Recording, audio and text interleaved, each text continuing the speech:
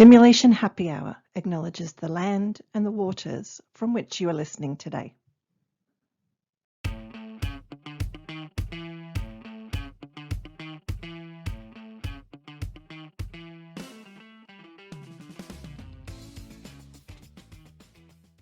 Welcome to Simulation Happy Hour.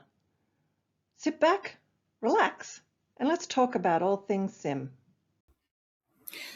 Welcome everybody to the Simulation Happy Hour. I'm Jenny. I'm Mel. I'm Kerry. And Jane is on her way, stuck in traffic. Great. Today we are very fortunate to have the lovely Tess Vawser with us. So welcome Tess, and thank you very much for joining us today. Thanks ladies. Welcome. Glad to be here. Yes. So, Tess, if you don't know the lovely Tess Vawser, Tess is the Director of Clinical Education and Simulation at the Epworth Healthcare and is a board member of the Victorian Simulation Line, and its other name, you might see it, is VicSim, where Tess contributes to statewide simulation education standards and training initiatives. Tess's leadership in simulation and education includes establishing high-fidelity simulation centres, developing facilitator training programs, and designing simulation-based curricula for healthcare professionals.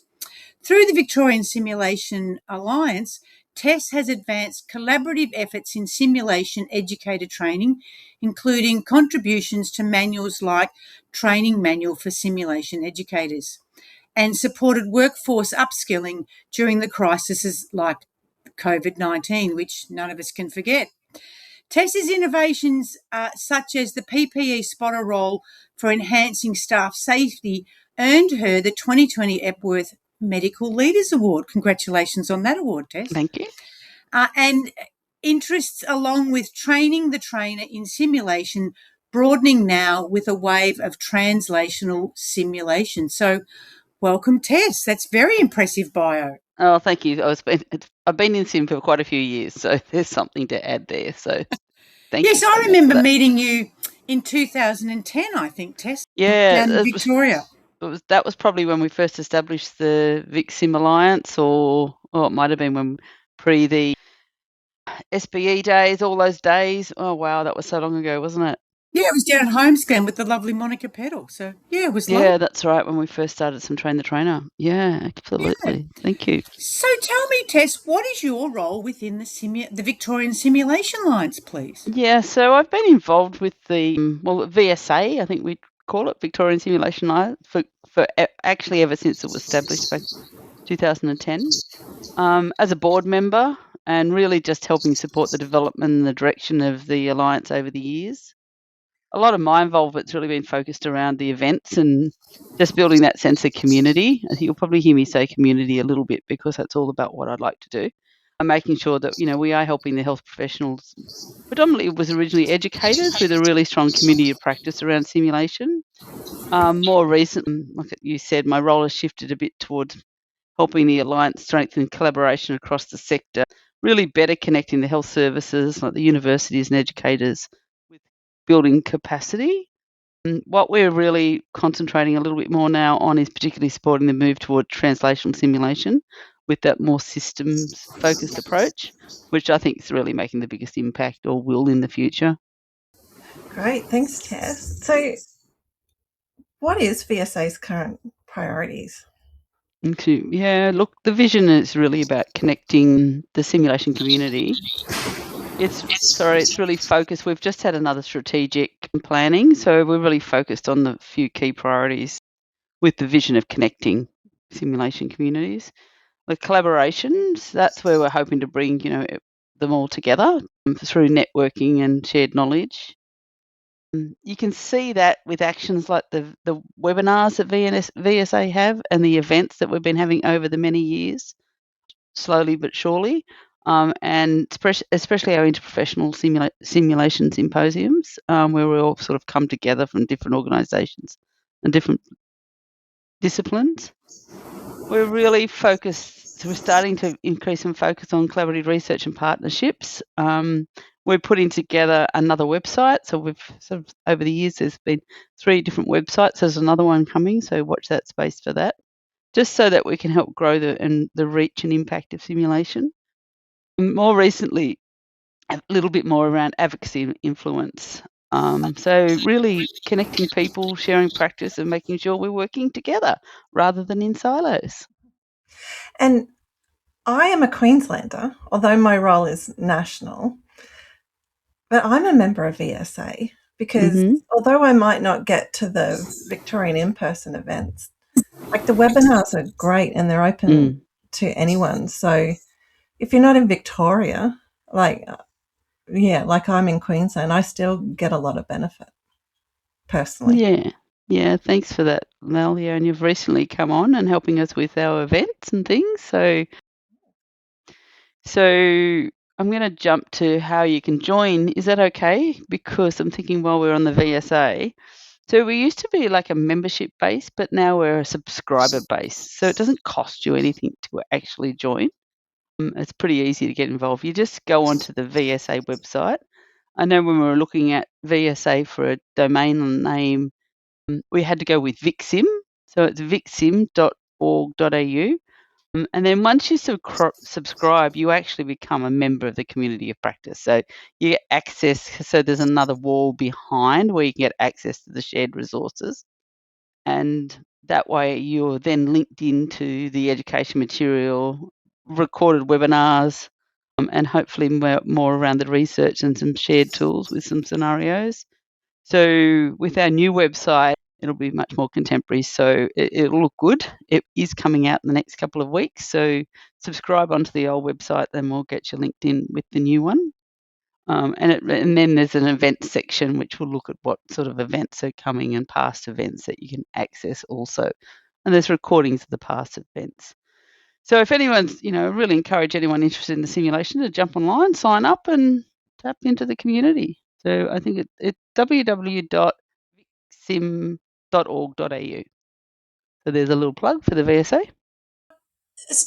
Tess, Kerry's here. I'm just wondering, before I ask my question, I just want to go back to a key word that you said before, which was the translational simulation. Can you tell me our listeners a little bit more about what you actually mean by that? Yeah, I know. I was trying to get my head around the term around translational simulation instead of systems testing. Just over the years, we've been utilising simulation to test systems.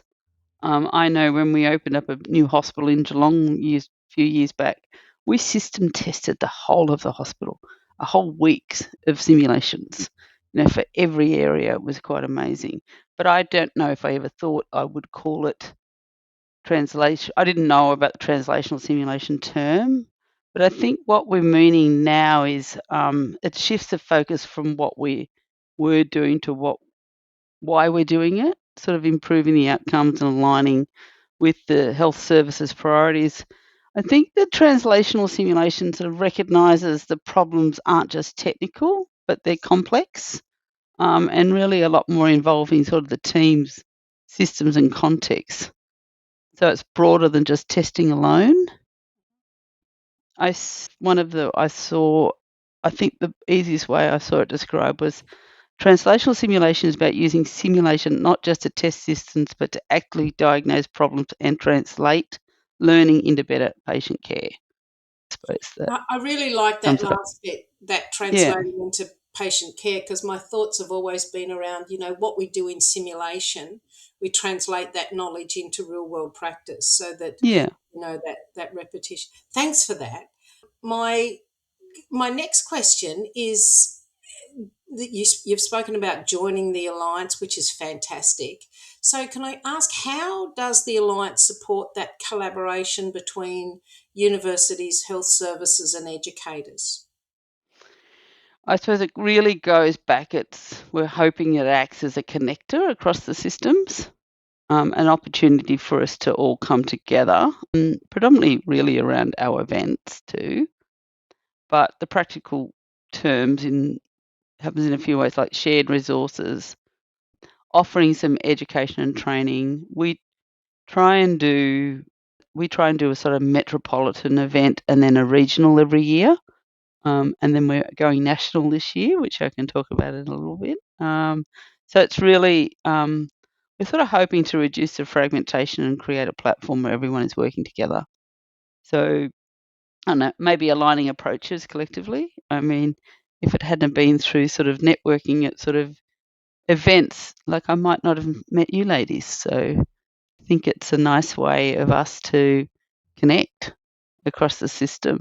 I think we are quite siloed in, well, I've predominantly in the hospital-based simulation space, not so much the academic space, but then crossing over, I'm doing a lot of simulations with our final year medical students and our final year nursing students from different universities. So that was actually a big coup, because to try and get two universities to agree that while their students are on placement or in by the clinical schools, that they can be taken off the ward so much to do some simulation, but really team based. And I'm very passionate about the interprofessional.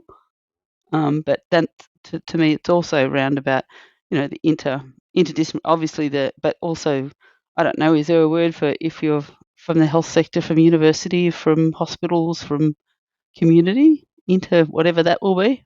You girls will know the word for that, but I'm not across that word. But I just think networking, and sharing. Yeah, so thanks, Kerry. Good question. Yeah, you're good at networking, Tess. I've learnt from the best, Mel. So, Tess, working across all the areas that you're working, what do you see as some of the main challenges facing simulation programs currently? Yeah, it's interesting that people always want to ask about the challenges, and I like to bring everybody back to how we can celebrate the success first. I've just watched over the years how we've embedded simulation education. It's really, to me, it appears so embedded into the higher education curriculum, and then what we're achieving in the health sectors. So I think we need to pat ourselves on the back and congratulations, because we've come a long way in 20 years that I've been involved in, plus more. So, and thanks to you guys too. I think there's a few bigger themes that keep coming across around simulation programs. That probably the first is still with the challenges. So probably the first is still resourcing and sustainability. Like, it's expensive to run, especially the high fidelity simulations that we technically call them, and scaling across organisations can be really challenging. So the resourcing, sustainability. And then I've watched over years around faculty capabilities. We know, I'm a real believer that good simulation is really dependent on the facilitators, particularly around debriefing. And there's still a lot of variability in experience and training there.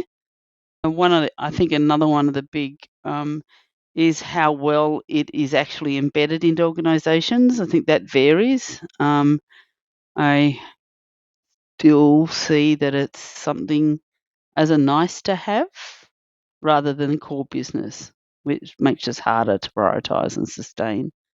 So I think that's probably the three main one. Are we still trying to improve that there's an impact? We're good at showing improvements in skills and team performance, but is it still harder to demonstrate clear links to patient outcomes and system improvements?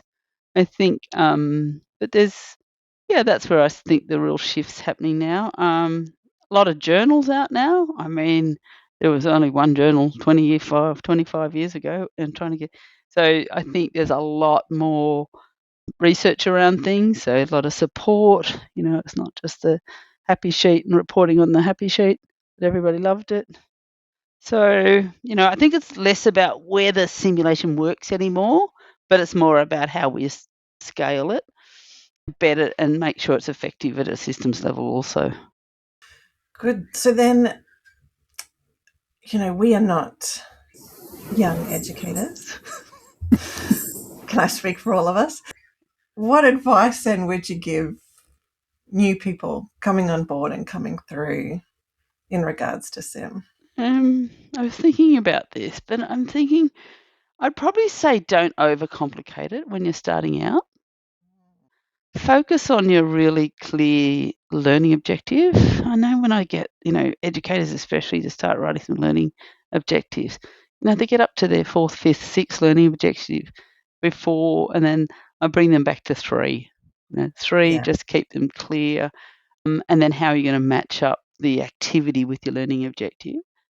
And then you don't need high fidelity or anything over complex to make it effective, which I'm the biggest agree, and I've got one of the best centres out. So, we've got amazing simulation facilities that we've helped support across the Epworth group.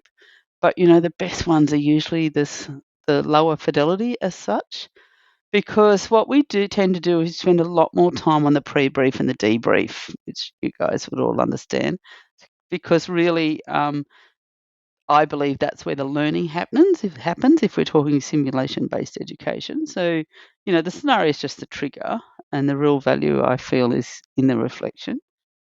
Obviously, there's creating a safe environment, but that's really around training or really explicit that it's okay to make mistakes. So, and I think we've done a lot of work in that, but don't overcomplicate it when they're first starting out.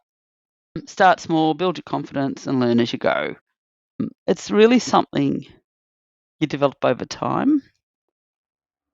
I think if they're starting out, I would probably definitely encourage some formal training, just to give you some solid foundation and a confidence. We're really lucky in Australia over the years. Remember, we've got that NetSim program, which is a great place to start, even if it's just doing the online, the online workshops to utilise. And I think there's a charge for that now. And then if you can then get along to some workshops, I'd recommend doing a more sort of hands-on instructor course. Like we run one at Epworth, and it's really just like a 2-day or 3-day where, focus on scenario design, facilitation, debriefing. Go to when you're off to conferences and things, try and get yourself into workshops that are more practical too. And then as you progress, there's fantastic more advanced options. Like a lot of the universities now are offering postgrads in clinical simulation, but then always there's the old Harvard Center for Medical Simulation course that we all thought we had to do. It was amazing though, because it's really in depth for you. But we've got some great experts now within Australia. And then obviously there's that translational simulations that we can start be looking at. So I've recently, here I'm saying I'm on my end and progressing to retirement in the next 5 years, but I seem to put myself on more programs. So I recently did that Bond translational simulation course, and then we're looking at what, I'm currently doing a fundamentals of clinical coaching, but there's a lot of people from the simulation space that I see current students with me on that program. So start with a good foundation course, get some practical experience, find a mentor, and then build from there depending on where you want to go. Lovely. Yeah, it's great advice. Thank you. Tess, I heard you mention there where we've come in the last 20 years, that you've seen some fantastic changes in simulation, and certainly it's an approach in education that is well embedded, particularly in tertiary education now. Given what you've seen in 20 years, what do you see happening in the next 20 years in simulation? Okay, I think, we have already seen a bit of a shift, and I think it's only going to accelerate. We're saying about simulation moving beyond education and much more into that sort of systems improvement and a patient safety tool. But we have been banging on about this for many, many years now. Yes. That we go along to simulation conferences and we're talking to the converted, but we're still not at all of the quality conferences. And I'm not sure when's the last time any of you guys have been to a quality conference. But if we're not presenting at them, if we're not showing that the impact, at least our quality colleagues should be or could be. So, but I think, besides seeing a greater integration of everyday clinical work, more like in situ simulations, just in time training, and less reliance on standalone sessions. That's what's happening now. I'm talking in hospital situations. And I think in the future, technology will probably play a big role. Things like the digital platforms, AI and virtual simulations. But I don't think that replaces what we do. It just gives us more way to deliver it and scale it. So I'll be interested to see what happens in that space. And then probably the biggest change is probably around the impact. There's just that growing expectation that simulation isn't just nice education, but it actually contributes to measurable improvements in care. So, and I know that's what our execs are looking at, and that's sort of, the elevator pitch that I usually do. And so really it's evolving more from a teaching methodology, and hopefully it'll go into core strategy sort of to improving how healthcare systems work. So I'm hoping that might be the future in a few years. Thanks, Tess. That's really insightful, interesting. I'm a bit curious to see what's going to happen, how AI is going to influence the simulations that we're doing. So, and other sorts of telehealth and those sorts of things. So, yeah. Now you said you've been on always adding something else to your very busy day. Can you tell our listeners are there any current projects, events, or initiatives that you'd like to share with our listeners? So if I speak from the VSA point, so there's actually quite a bit happening at the moment through the Alliance. So we've got some really great webinars coming up in early June. Mel, are you hosting that one? Is that, yep. So we're looking at things like debriefing in practice. So that's a free webinar. Yes. Like Walter Epic. Walter Epic, yeah. Epic. Yeah. Well done. So he's going to do a session on building adaptive teams, one conversation at a time. So it's great because Walter now is here in Melbourne. So that's wonderful. So, that obviously shows that as a world leader, the amazing Walter now bases himself in Melbourne through Melbourne Uni. So it's great. Then we've got the Nathan Oliver Canberra, and he's going to be delivering he's going to be talking about debriefing micro communication skills to foster group reflection. So I think they're quite practical events that people can attend. So, and I think they're just a couple of hours. So that's happening in June. So you can get onto the website and register for that. Obviously, when you register for it, you become a subscriber for the VSA. So that way you then get linked to all of the socials, which is quite important, especially at the moment, because we want you to know about the VSA National Conference that we're doing. So we're really successful at running events and conferences, and we're a volunteer board too, though, remember. We've got one person helping us out, and then we have a team of volunteers. So this national conference in October is going to be up in the Gold Coast. It's a bit selfish of Victorians to want to go to the Gold Coast, but we've got to get through the next few months of the winter, and then we'll see you.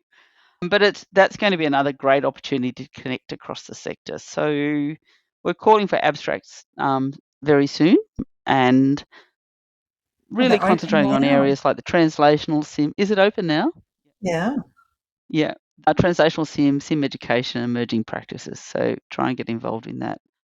A lot of it is shared pretty actively across the VSA channels and socials. So it's sort of worth jumping on, staying connected and seeing what's coming up. I love it because it's just such a practical, it's such a nice mix of practical learning, networking, of course, and opportunities to share our own work. Yeah, it's you've got to get out there. So, but you don't have to come to present, but certainly we'd love to hear about, just what you're doing practically. It's not all about your research publications that you need to present, but if you have to come because you need to present, that's great. We'll have you. We want you along. So I think it's going to be fantastic. Yeah, really good community. Yeah, so that's 21st, 22nd of October. That's right, isn't it? So Mel's looking warm after enough to jump in the water. Yeah, it's going to be great. It'll be wonderful. How is VSA, Tess, helping to improve standards and consistency across sim activity? Yeah, it's a big one. It's always been. Yeah, I think one of the things is that we're sort of renowned as, because we have systems in place as an alliance, it's been slow we've had various projects that we've been able to go for and to get. But one example of us connecting people is one of the current projects we have with VMIA Insurance and VSA are working together cooperatively and collaboratively to work with another one of our community of practice groups. So we have this hospital translational simulation community of practice. We've got a lot of COPs, a lot of community of practices, but we're working to develop and implement and evaluate simulation framework for Victorian public hospitals around translational simulation. So that's sort of a current project at the moment. So sending letters out to the CEOs of the hospitals and asking for expressions of interest to work on a project so that there's a framework. Initially, obviously, through the Victorian Public Service, Health Services, but hopefully then there's this framework that we can pick up and then share and give. So I think that may sort of improve the consistency across. I think that might answer an example that will answer your question, Mel. Yeah. I'm also thinking too, like on the website, you've got lots of resources, like people share scenarios. They do, yeah. Yeah. So what we encourage to do is if you're doing a simulation subject and part of your is to write a scenario, or we ask you to share it. Yeah. Yeah. So if you've got some great scenarios that you'd like to share, we can have them and we can put them up on the website for people. So yeah, so in different. We did try to have them all years ago. We had them. We aligned with the California Simulation Alliance with their template, and it was very arduous, the template that we used. So then it wasn't as successful as we thought it would. And then obviously we have those education resources that we put out many, many years ago that had a basic template. And I see now that a lot of them are based on that. So it doesn't matter what format it is if you're happy to share it. And we talk about, has it been validated? But I think if you've run it within your organisation and you've run it at another organisation, I think that validation is success of running a scenario, whereas we put a lot of work in what is validity of a scenario. And it got to the stage where we just weren't sharing enough because we had to pick up another organisation to validate that scenario. And I think we just got, we got lost down the rabbit hole. So now you can find some more basic scenarios. And I mean, I need to upload a lot more too, just some really practical ones that can be used. So thanks for reminding me about that one. Tess, having listened to you, I can see the absolute value of joining VSA for our listeners as well. And so just in a nutshell, what opportunities can you just sort of summarise for us for staff and institutions to become involved with the Alliance? Yeah, so what are the opportunities that exist by becoming a member? I think you've said a lot of them, but can you just say it in a nutshell? Just get on and subscribe to it. Then you can link in with the webinars, link in with the workshops, see what we can do in that collaboration events and around collaborating some research things. So the more we have involved in it, the bigger it's going to get. And it's not just the new website's not just going to be a resource, a filing cabinet for things. So we're hoping to be able to connect a lot more, ask expert things like that. So I think it's worth getting involved and obviously come to the events. Fantastic. Thank you. Great. Well, thanks, Tess. There's some really interesting information in there. So I think we're sort of getting towards the last couple of questions here. So what do you see as the biggest benefits of simulation to healthcare education? The biggest benefits? Yeah. Oh, I sound like you want me to write a paper. Oh no, no. Well, you've got like 20 years experience, Tess, across a really broad range, and in bringing people together. What have you seen in that 20 years as to be, the biggest? If I was new to simulation or I'm a CEO, why would I put simulation in my organisation. Okay, so it might be a longer elevator pitch, but I suppose I'd say things like, it's a safe place to learn. You can make mistakes. You can explore decision making. All of that we do, which is incredibly powerful. And it builds confidence and competence, which we show it has. And I think for you academics, it sort of definitely bridges the gap between theory and practice, which I'm sure you guys see in your everyday. It just helps those clinicians actually apply what they know rather than just understand it. I think the biggest impact we've had, or the benefit of, is around that sort of teams, the communication, obviously into patient safety. I'm really love the communication, the teamwork, and how people respond under high pressure. But I'm passionate about the interprofessional aspect of it, bringing those people together in the disciplines, which really helps better understand sort of the roles, responsibilities, and how they communicate differently. Just that aha moments. I just think that honestly, the real magic is in the debriefing, and the teams reflect on how they communicated, what worked well, and what they're going to improve on next time, if that's all you have to ask. But it's really the aha moments in SIM and the debriefing that I think are the priceless moments. Great, thanks, Tess. I get to ask the cool question, do I, Jenny? No, hang on, I've got one more question. So, go. Tess, we talked earlier about faculty. How do you keep your technicians and the faculty that you've got, or how do you develop faculty? Because I think that's one of the challenges that I see in rural practice. So, got any tips for our listeners on that one?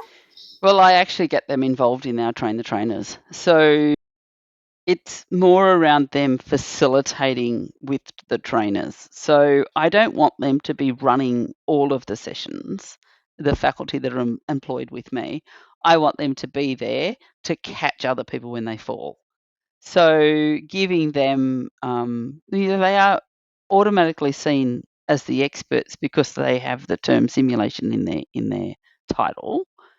So, and but they're more support, absolutely support, so we can help keep developing, and then obviously I support them all to go on to go to workshops, to run workshops. So we're running more and more workshops for externals, and just giving you the confidence. You know what it's like. You get more confidence and get expert at it if you actually teach into it. So yeah, and support, and having frameworks around supporting. So that's how I do it. But I know with in your industries with the higher ed, you have a high turnover also of various lecturers and things, and various levels of engagement within simulation. So as long as your faculty are there to support them, and pick them up when they fall and say it's okay. It's like in simulation, we can make mistakes. We encourage the participants to make mistakes, so why can't we be vulnerable and say, yeah, we didn't quite get that one this time, but we got there. The objectives were there. Keep it simple. Thanks, Tess. All right, Mel, you asked the last question. It's my favourite question. I can understand why. I'm waiting for it.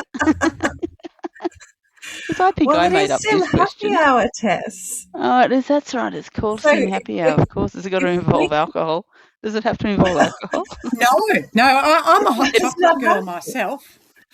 Or yes. would you like a Okay, Mel, ask the question, because I could have come up with this question because I have a yearly drink in a yearly country. Yeah. Oh, here we go. Yeah. Tess, if you could have Sim Happy Hour anywhere in the world, where would it be and what would you be sipping? Well, of course, I'm practical. So my 2026 drink, I'm heading to Singapore for Sim Reconnect. So I'm going to have a Singapore Sling in the long bar at Raffles. But in 27, we're sailing the Caribbean, so I'm looking forward to a dark and stormy or a mojito. So so I land in that country. I have to have the country of drink, So I could have said Aperol Spritz in Italy, tick. Sangrias in Spain, tick. Yeah. So let's see me try and get the dark and stormy happening in the Caribbean. And the other good thing about raffles is they give you these peanuts, Tess, and you get to just throw the casings wherever you like. It's fantastic. I love raffles. It's really enjoyable. Yeah, I've only been through Singapore Airport. I've actually never been to Singapore, so I know. Yeah, so I'm looking forward to that. That'll be nice. Little break. But thank you, Thanks, ladies. Tess. We've really enjoyed your chat this morning, and thanks for sharing all your information with our listeners. Hoping to see you up on the Gold Coast for the Simulation Alliance. So I don't have to have done any research. I can be doing something that I want to share and come up and present on that. Absolutely. Put in an abstract. Yes. Yep. And it's about 20 minutes, is it? Yeah. So if you wanted to do what I think is a really good one in your space is how do you do simulation to the masses, or how do you, if you've got 20 minutes, what can you, anything. We just want to hear, it's about connecting everybody. Yeah. So we think about running our workshop. Mel and I were doing a debriefing workshop the day before, and Sam. So because people really still want to go back to the basics too, along with learning lots of the new things. So keep an eye out for that also. So it's 2 days of the conference, and then maybe the workshops. The workshops. Yeah. Workshops are the first day. Networking drinks that night. Yes. We'll have to get a Gold Coast drink. Mel, you better think about which is the drink of choice in the Gold Coast. Have to be a pineapple something. You're in Queensland, yeah. And the plenaries the next morning, and then so no workshops the next day, just some sort of plenaries and streams the next day. So lots of opportunity to share and network. So look forward to seeing you all. Lovely. Thanks so much for your time this morning, Tess. It's been wonderful. Thank you so much. It is early morning. It's not quite happy hour. I have my warm water and about to get a coffee, but thank you. Bye. Thanks, Tess. Bye-bye.